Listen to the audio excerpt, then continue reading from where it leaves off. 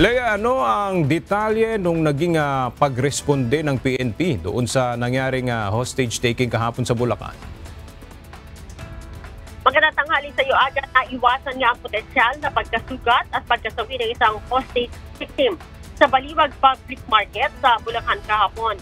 Ayon sa Philippine National Police, pasok sa 5 minuto ang naging pagresponde ng mga pulis sa hostage-taking.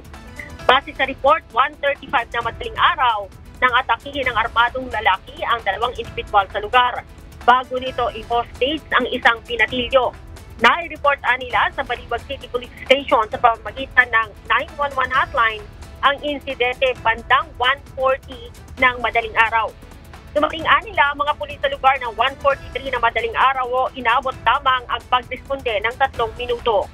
Sinubukan muna nilang makipagnegosyasyon ng mga pulis bago nadisarmahan ang suspect na nagresulta sa pagkakasagip ng biktima. Ayon kay PNP Chief Police General Nicolas Torre III, kinikilala niya ang katapangan at professionalismo ng mga responding pulis.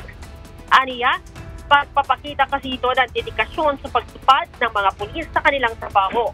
Ang naarestong suspect aga ay maharap sa 2 bilang ng attempted homicide at serious illegal detention sa ilalim ng Republic Act 7610, a Special Protection of Children Against Abuse, Exploitation at Discrimination Act. Aga? Maraming salamat, Lea Ilagan.